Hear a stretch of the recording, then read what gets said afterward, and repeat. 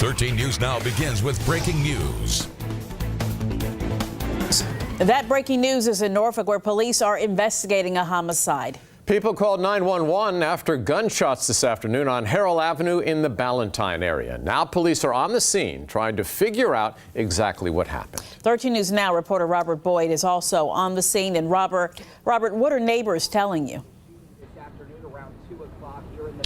Well, I spoke with a neighbor off camera, and she said she heard about 20 shots fired in a matter of just seconds, one after another. And then she says she saw a man being taken to the hospital by ambulance, and now police just in the last few minutes have confirmed that victim has died, and right now no arrest in this case. You take a look behind me, the entire street here, all of Harrell Avenue, this whole block has been shut down for this investigation.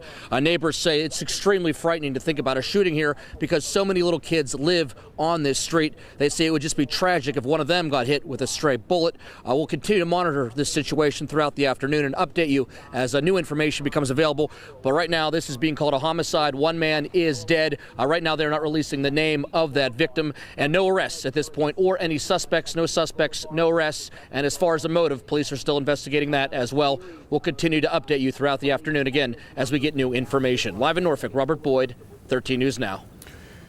Breaking right now in Virginia Beach, a crash involving 5 vehicles hurts at least one person and shuts down part of Indian River Road. Right now, the road is closed between North Landing and Sumter Drive. Police tell us one person had to be pulled from a vehicle. Medics took them to the hospital with serious injuries. That accident right now is under investigation. We are in the middle of a major cool down right now. Yeah, a cold front is pushing through, knocking down our warm temperatures, and Jeff is tracking that for us right now. Yeah, it's going to feel like the teens tonight. Oh, good. A couple of areas that might even hit like 9 or 10 degrees, like single digits. Okay. Again, that's when you factor in how the wind feels on your exposed skin. So let's move over and talk about it, because with that rush of Arctic air comes a little bit of shower activity. We had talked about this yesterday, how some of the northern areas had a chance. And right now, that's what we're seeing off to the north, places like the Eastern Shore. Not even all of this is reaching the ground. And you can see what is reaching the ground is in the form of some sprinkles or a little bit of light precipitation, but rain. Out to the west, though, where the cold air is really starting to surge in, that's that changeover, and we do expect that potentially to move into parts of the area later tonight. Right now, obviously, way too warm for anything but a shower of rain if we were to get precipitation at this point. 51 degrees. That is down from a high in the mid-50s earlier. Notice that westerly wind, though, that's going to start bringing the even chillier conditions in. And it's fairly dry out. That's the other thing. Anything that falls tonight is going to have to, get rid of that dry air that's out there in some of the mid-levels. But the big news tonight, whether it precipitates lightly or not, will be the wind chill and the actual air temperature, really, but how cold it feels. This is when you combine the temperature with the wind, and already by 10 o'clock this evening, it'll feel like the 20s. It'll feel like the teens by tomorrow morning, and then tomorrow will warm back up where it'll feel like the 20s to near 30. We'll be lucky if it feels like anything more than freezing tomorrow when you, again, factor in the temperature and that biting wind. I'll let you know more about, again, the evolving pattern, and it's a little bit of a cold one. That's all coming up. All right, Jeff, developing now, one person is dead and another is fighting to survive after a shooting in Gloucester County. Shooting happened on Bellhaven Drive in the Gloucester Point area last night. Now the sheriff's office is searching for the killer while neighbors are on edge. 13 News Now reporter Stephen Graves is live in that neighborhood. And Stephen, you have some new information for us about the victim. Yeah, David, tributes are pouring in for this victim who was well known in this small neighborhood. Now, we actually ran up to the family when we came earlier this morning. They were taking items out of the home where the shooting happened. They understandably did not want to talk. But like we said, tributes just flowing in online for this victim. Now, we reached out to a neighbor and a former neighbor and friend of Helga Frost over messaging. Now, she says the 29-year-old woman commonly went by the name Marie, her middle name, and that she was a mother. They say their children would often play outside on the street where this deadly shooting happened. She is shocked, and so are many other current neighbors who say they never saw any real commotion at this home. I wish there was something that can be done, maybe. I'm kind of a loss for words, actually.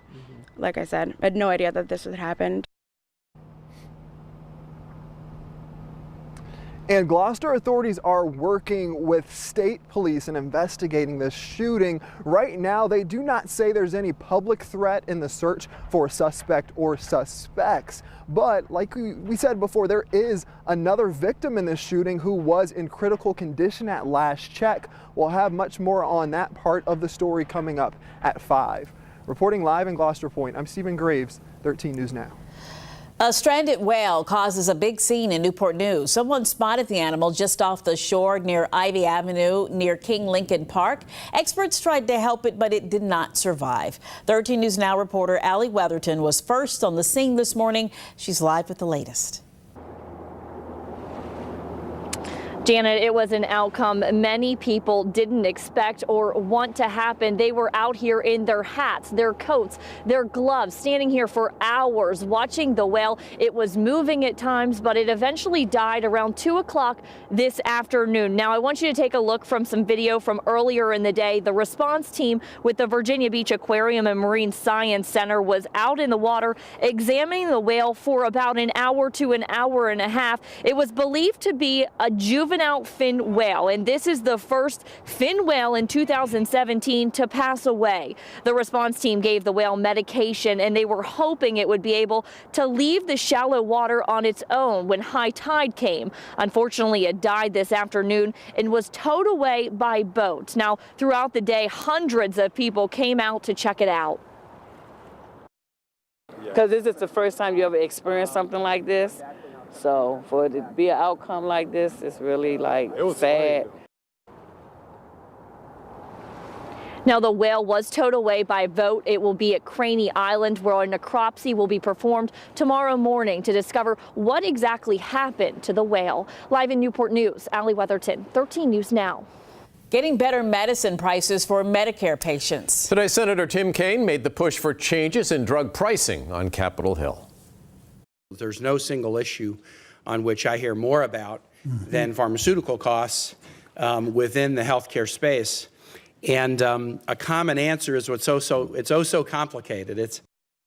Senator Kaine spoke before the Senate Health, Education, Labor, and Pensions Committee today. He and 31 other lawmakers are pushing to allow Medicare to negotiate the best possible price of prescription drugs. They say that will cut costs for 41 million seniors. Developing now the early stages of expanding this area's most clogged artery, the Hampton Roads Bridge Tunnel. Today was the first meeting of the Transportation Public-Private Partnership Steering Committee. VDOT's commissioner discussed two options for expanding the tube, either by boring an additional tunnel or building what's called an immersed tube. Either way, they expect to secure several bids for the project. You're talking about the very best engineering and construction companies in the world, ones that have the financial backing and the structure and the experience to do this kind of thing. The tunnel would hopefully be expanded to 4 lanes in each direction. 2 would be used as express lanes. The project would cost more than $3 billion. Major milestone for Norfolk Amtrak. Train service in the Mermaid City started 5 years ago. 13 News Now reporter Elise Brown shows us how much ridership has grown and how the company plans to expand in the future.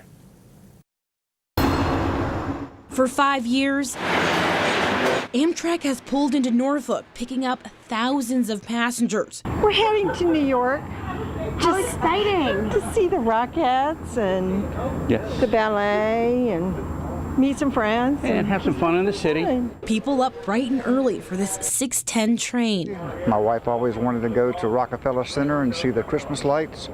So we're celebrating our 50th anniversary. They're not the only ones celebrating. The city of Norfolk and state recognizing Amtrak's 5-year Norfolk milestone. It's easier. I like the train station. It's clean.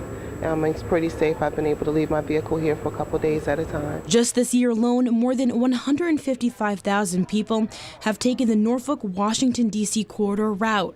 A city spokeswoman says ridership has increased 6% over 2016 and a 22% jump since it started rolling in 2012. Anytime you can add revenue to a city and make people happy, it's a win-win. And we also have friends that work for DOD. They use this all the time to go back and forth between Washington. The success motivating the state to add trains. To bring a new train here in 2019, but also in 2022. They'll be originating here in Norfolk, but also serving Richmond, D.C., and then in the entire Northeast corridor, all the way up to New York and then to Boston. Continuing to better connect Norfolk. Elise Brown, 13 News Now.